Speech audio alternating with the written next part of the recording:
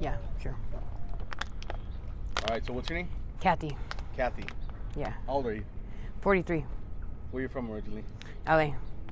You from Los? Yeah, I'm from Los. What part of LA? East Los. All right. But I grew up all over Southern California. Oh, did you? Well, Southern California, Lake Tahoe, California. What part of SoCal though? Like what cities? Just East Los and Hemet, San Jacinto. Okay. Yeah. So you grew up in the IE too? Yeah. All right. I know where Hemet's at. Did you go to school out there or what? Yeah, I went to, I never finished high school, but I went to, Hemet High. Okay. So what brings you all the way out here to Phoenix? When I was 21, I decided I was a little, needed to calm down a little bit, you know what I'm saying? IE was the capital of, the freaking world back then, back in '01, you know what I'm saying?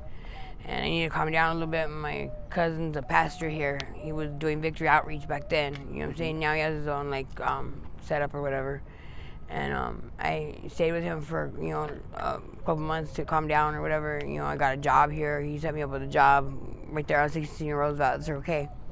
And I met my husband, and I got pregnant pretty quick, and then we got married, and then, I was married for 20 years. I lived in the city of Maricopa.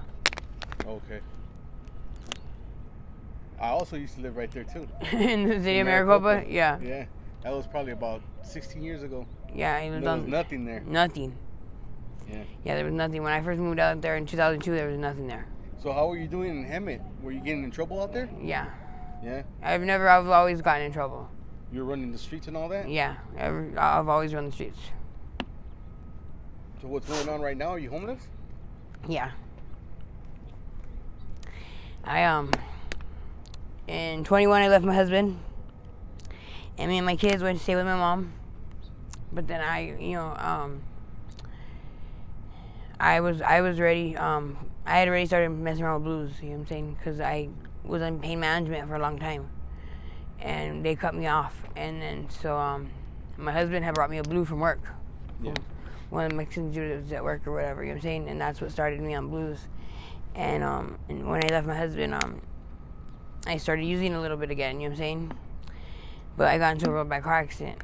I rear-ended a gas truck going 75 miles an hour and broke 5 ribs, punctured my lung. I was in a 2-day coma. When I woke up from my coma, I thought my kids were in the car with me. My kids were my ride or dies. And the nurse took about 20 minutes to tell me my kids weren't in the car with me. And that fucked my head bad. I thought I killed my kids. And so from that day on, I left them with my mom. I wanted them to, oh God. And you know what's gonna do this? I wanted him to protect them from me. And so, my daughter was 18 and my son was almost 16 at the time. And up until that point, they never even had a babysitter. And I just walked out. And I've been on the streets ever since. So where are your kids at now? Are they still with your mom? No, they're with my mother-in-law right now. They're with my mother-in-law. She spoils them more. In Maricopa, you know what I'm saying? Yeah. Yeah, but, yeah. And their dad, but they're not with their dad, they're with my mother-in-law. Their dad lives with his mom, so you know what I'm saying? But do they know that you're homeless right now? yeah, I just talk to them and stuff. Not as often as I would like because I don't have a phone, and I don't want them to see me like this. I was a total different person. And, when my kids were little, I opened up a bounce house business, everything for little kid parties. Bounce houses, water slides, everything like that. And I hurt my back, and that's how I ended up in pain management. So you had your own business? Yeah. What would you do? Would you have a truck and just? Yeah, I had a truck, and I'd rent out the bounce house right there in the city of Maricopa. Okay. You know what I'm saying? I had 8 bounce houses, 3 water slides, popcorn machines, cotton candy machines, snow cone machines, tables, chairs, everything for little kid parties. How much were you making? On a good weekend, I'd make up to $4,000 in 2 days. Okay. And then we lived on the res right there, so we didn't pay bills or anything. They paid everything.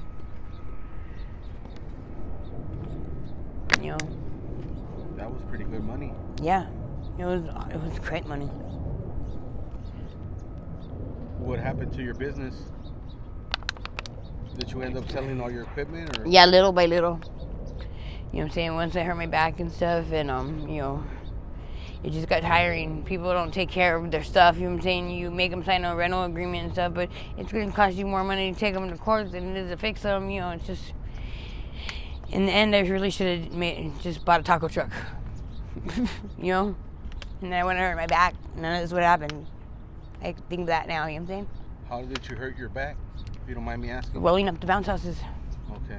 I have 12 herniated discs, spinal stenosis, and degenerative disc disease. So I'm losing the cartilage in between my vertebrae. Yeah. So my vertebrae is rubbing, bone on bone, and then at the same time my spine is narrowing.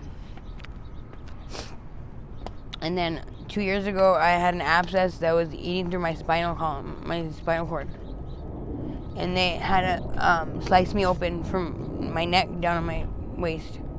You can see my scar. See?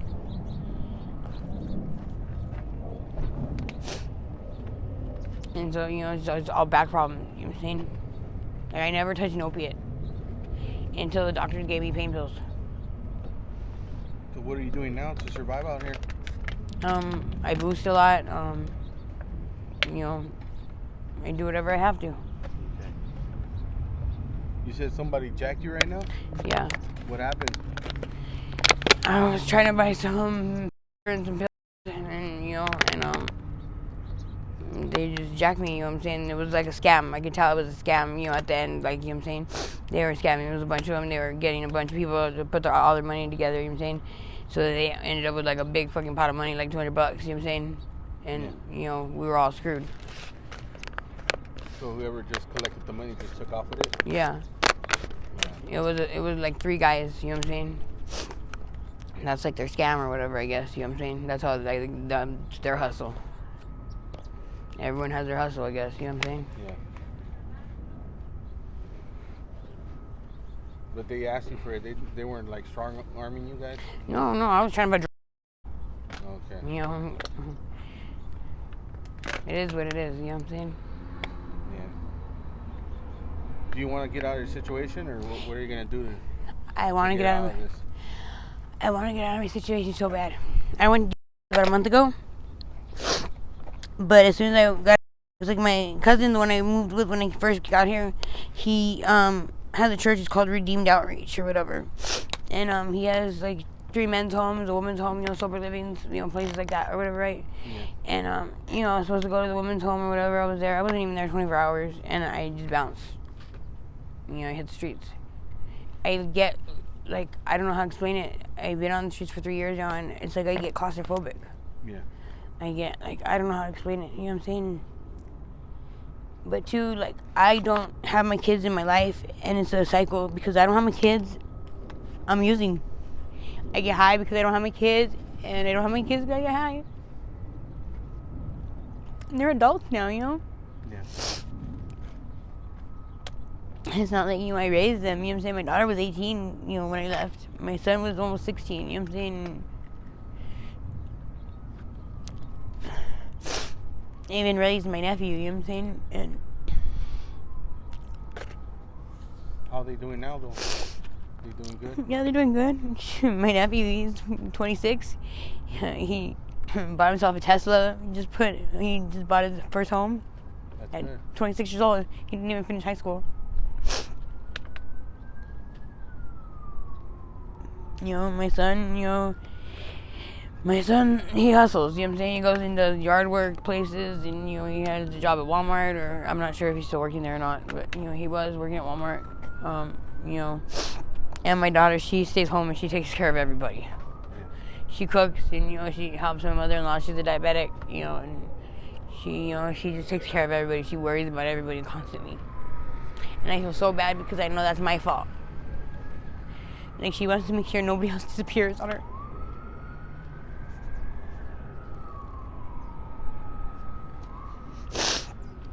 But too, I also believe, like, I treat this like it's my punishment, you know what I'm saying?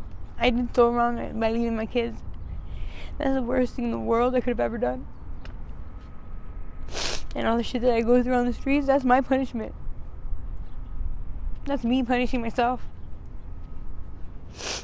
I don't know how, you know what I'm saying? I don't know.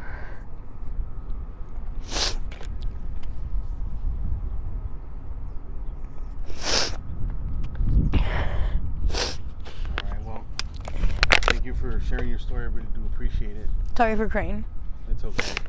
We all have feelings, you know.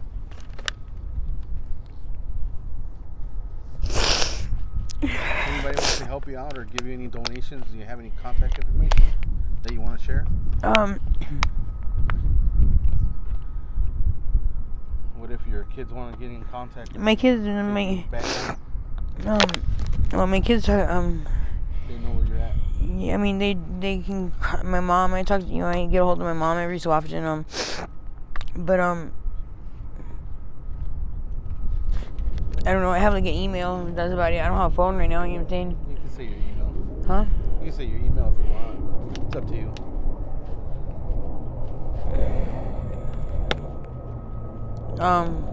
Shoot, what is it?